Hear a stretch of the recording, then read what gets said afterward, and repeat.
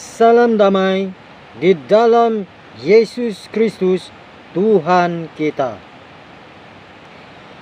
Masih terlalu begitu banyak orang-orang yang tidak peduli akan firman Tuhan yang disampaikan oleh orang-orang kepercayaan Tuhan yang dipakai Tuhan untuk mewartakan firman-Nya, dan menyepelekan tentang akhir zaman sudah diambang pintu, bahwa Yesus akan segera datang. Mereka begitu mengabaikan ajaran-ajaran perintah Tuhan. Mari, lihatlah, bukalah di dalam kitab Yoel pasal 2 ayat 28, bahwa yaitu, kemudian dari itu akan terjadi bahwa aku akan mencurahkan rohku ke atas semua manusia. Maka anakmu laki-laki dan perempuan akan bernubuat. Orang-orangmu yang tua akan mendapatkan mimpi. Terunamu akan mendapat penglihatan-penglihatan. Dan untuk hari-hari ini, saat-saat ini, sudah banyak nubuatan-nubuatan yang disampaikan oleh orang-orang pilihan Tuhan, baik lewat hamba-hamba Tuhan, baik lewat anak-anak kecil sekalipun, bernubuat bahwa kedatangan Yesus akan segera datang. Begitu juga dengan orang-orang yang mengalami mimpi. Di dalam mimpinya mereka bertemu Yesus, beserta dengan adanya tanda-tanda. Tuhan menyampaikannya bahwa kedatangan Yesus sudah tidak lama lagi. Orang-orang pilihan Tuhan mendapatkan penglihatan-penglihatan akan akhir zaman, dan disertai tanda-tanda.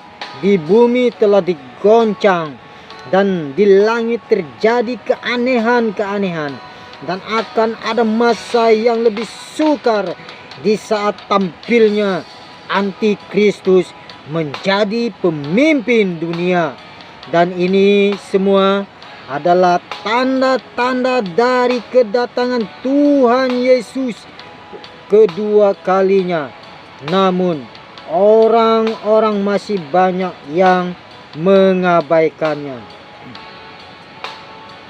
Wahai manusia, kita adalah ciptaan Tuhan. Engkau tahu bahwa kita hidup dari Allah. Dari Allah. Tubuh kita dibentuk dari debu dan tanah oleh Allah.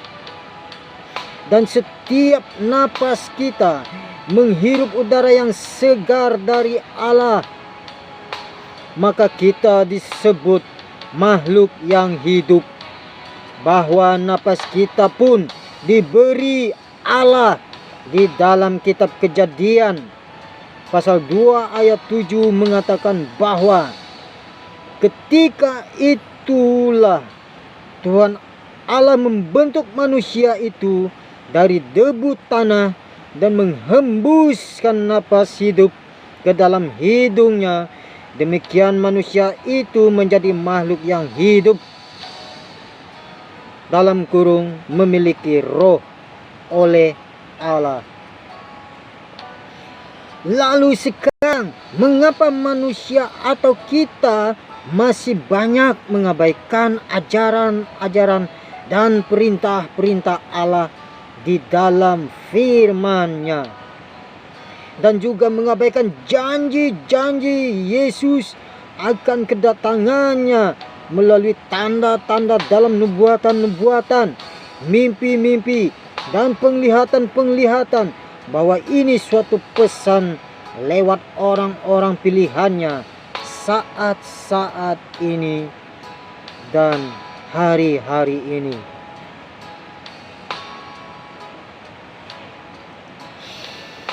Penuh dengan ucapan syukur, Yesus begitu mengasihi kita Itulah kasih karunia Allah. Ayo, mari kita bangun dari tidur kita, yang mana minyak pelita kita hampir habis, dan apinya pun akan segera padam. Maka daripada itu, mari kita bangun dari tidur kita. Kita isi kembali minyak pelita kita dengan pujian-pujian, penyembahan, dan baca, renungkanlah firman Tuhan. Maka api pelita kita akan besar kembali menyala. Sebab firman yang hidup itu adalah Yesus. Firman yang hidup itu adalah Yesus.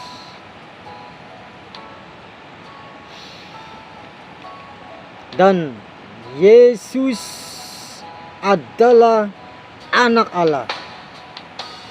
Lihatlah di dalam Injil Lukas pasal 22 ayat 70, bahwa kata mereka semua, "Kalau begitu engkau ini anak Allah?" Jawab Yesus, "Kamu sendiri mengatakan bahwa akulah anak Allah." Yesus mengatakan dirinya anak Allah. Dan untuk itu, mari janganlah kita mengabaikan ajaran-ajaran juga perintah-perintah Tuhan, dan jangan mengabaikan tanda-tanda dari nubuatan-nubuatan, mimpi-mimpi, dan penglihatan-penglihatan orang-orang pilihan Tuhan yang dipakai oleh Tuhan sebagai tanda-tanda kedatangan anak Allah, yaitu Yesus Kristus untuk kedua kalinya.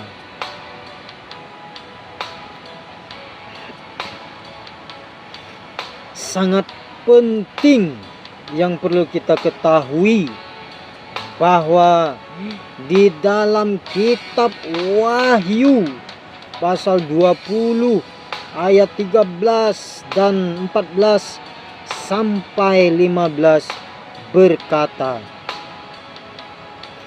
ayat 13, "Maka laut menyerahkan orang-orang mati yang ada di dalamnya, dan maut dan kerajaan maut menyerahkan orang-orang mati yang ada di dalamnya, dan mereka dihakimi masing-masing menurut perbuatannya." Ayat yang ke-14, "Lalu maut dan kerajaan maut itu dilemparkan ke dalam api. Itulah kematian yang kedua, lautan api." Ayat yang ke-15, "Dan setiap orang yang tidak ditemukan namanya tertulis di dalam kitab kehidupan itu." Dengar baik-baik ayat yang ke-15. "Dan setiap orang yang tidak ditemukan namanya tertulis di dalam kitab kehidupan itu, ia dilemparkan ke dalam lautan api itu."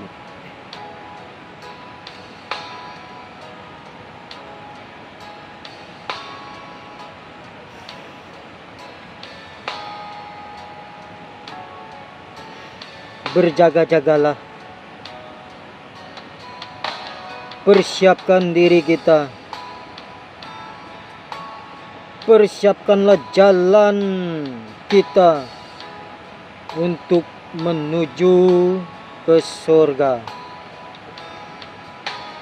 dengan iman kepada Yesus, percaya kepada Yesus, tentunya juga kita harus menyerahkan diri kita sepenuhnya dengan segenap jiwamu, dengan segenap hatimu, dan dengan segenap akal budimu kepada Yesus Kristus Tuhan kita.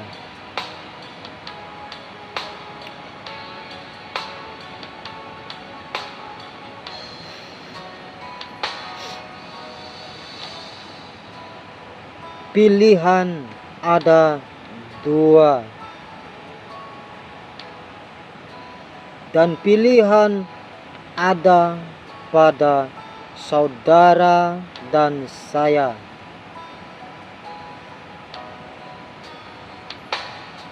Apakah kita mau ke sorga?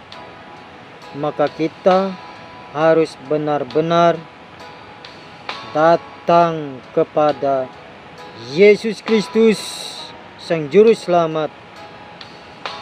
Yesus Kristus adalah Tuhan Allah. Dia adalah anak Allah yang dari sorga datang ke bumi. Atau pilihan itu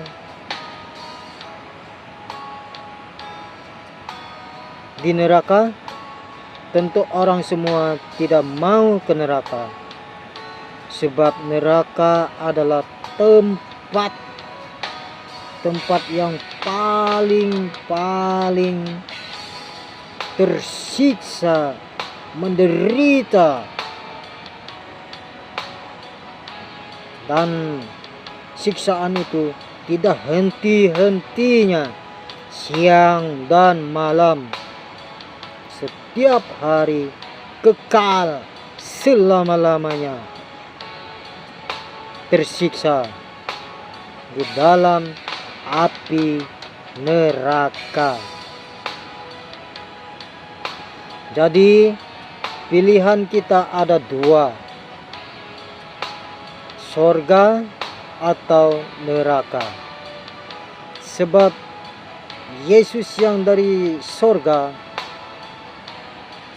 datang ke dunia ini, maka dia akan naik kembali lagi ke sorga, ya. Baiklah, puji dan syukur saya karena pada hari ini saya sudah menyampaikan apa yang ingin dalam hati saya ini, apa yang ingin di dalam hati saya ini, yang mana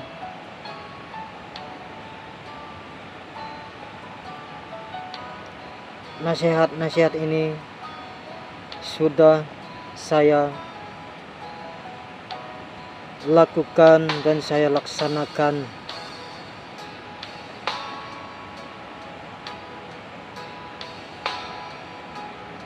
Dan nasihat-nasihat ini berpunca dari hati nurani saya, karena saya cinta kepada Yesus Kristus.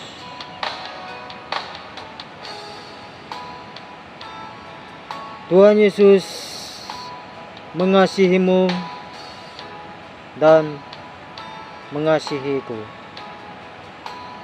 Salam damai. Amin.